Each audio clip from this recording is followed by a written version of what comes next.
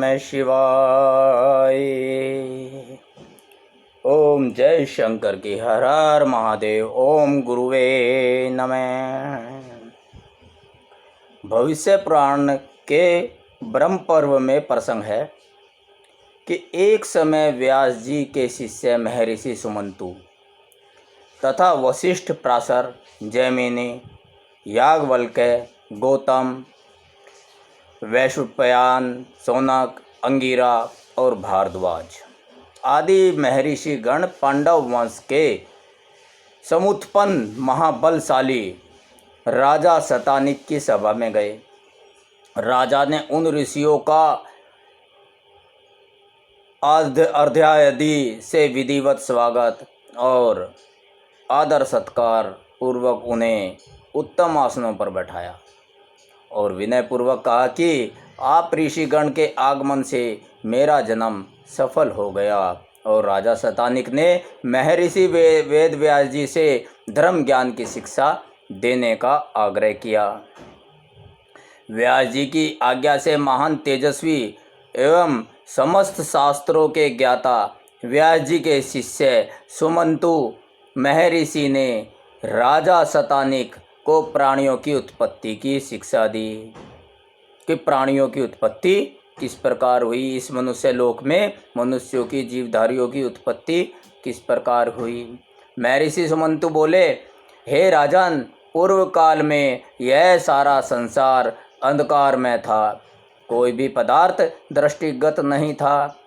परमात्मा भास्कर ने अपने शरीर से नाना प्रकार की सृष्टि करने की इच्छा की और सबसे पहले परमात्मा ने जल की उत्पत्ति की, जल को उत्पन्न किया तथा उसमें अपनी शक्ति का आधान किया।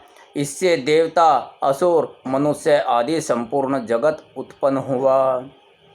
परमात्मा भास्कर का तेज जल में गिरने से अत्यंत प्रकाशमान सुवर्ण का अंड हो गया। उस अंड के मध्य से सृष्टिकर्ता चतुर्भुज ब्रह्मा जी उत्पन्न हुए। ब्रह्मा जी ने दीर्घ काल तक तपस्या की और उस अंड के दो भाग कर दिए, एक भाग से भूमि और दूसरे भाग से आकाश की रचना की। मध्य में स्वर्ग, आठों दिशाओं तथा समुद्र बनाया।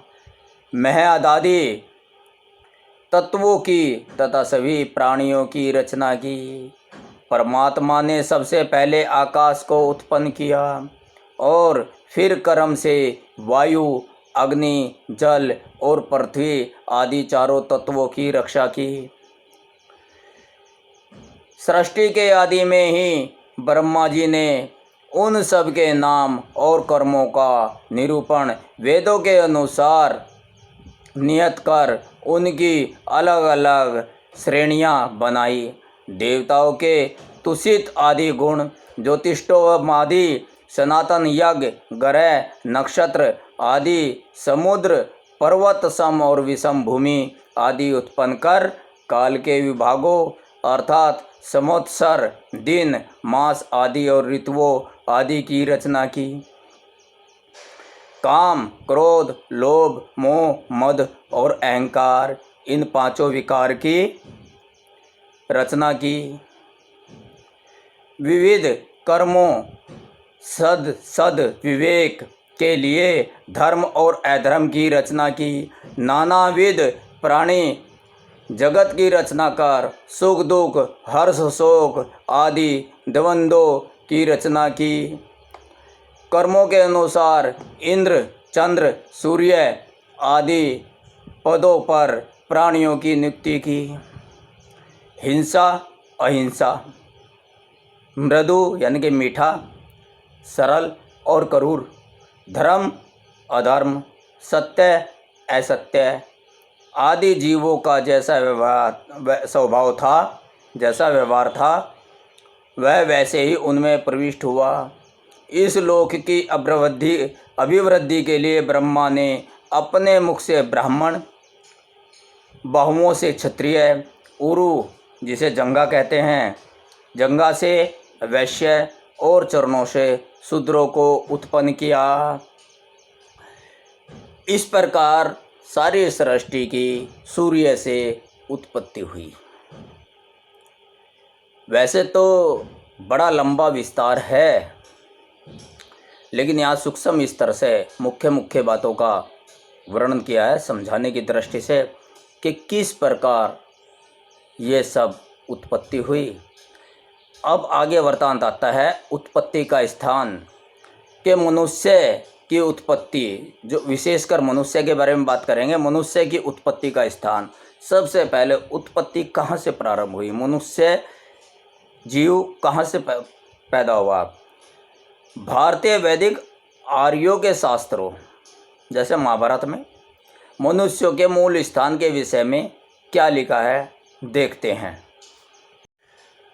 वायु पुराण में एक श्लोक है, हिमालय अभिधान ओयम ख्यातो लोकेषु पावने अर्धयोजन विस्तारे पंचयोजन मायते परिमंडलयोर्मध्ये मेरुस्तं प्रवते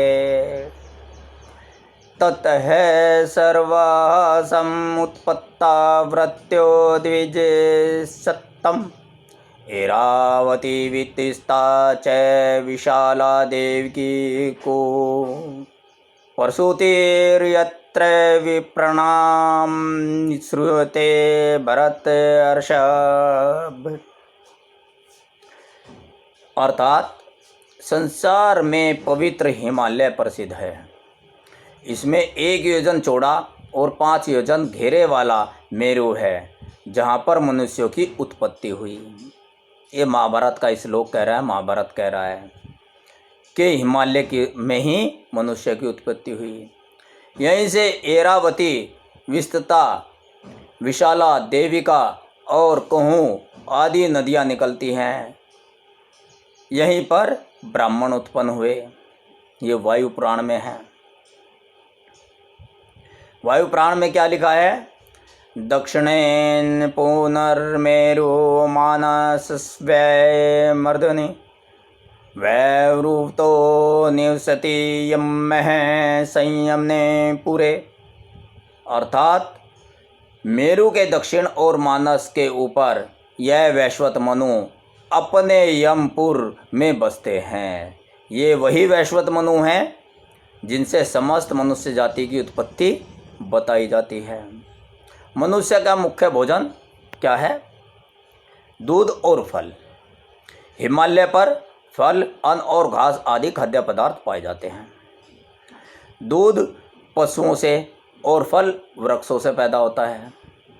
इससे यही मालूम होता है कि मनुष्य से पहले वृक्ष और पशु हो चुके थे, क्योंकि पशुओं से दूध चाहिए उसको, तो फिर जीवित कहाँ से रहता अगर मनुष्य पहले होता। तो इसलिए पशु पहले हुए।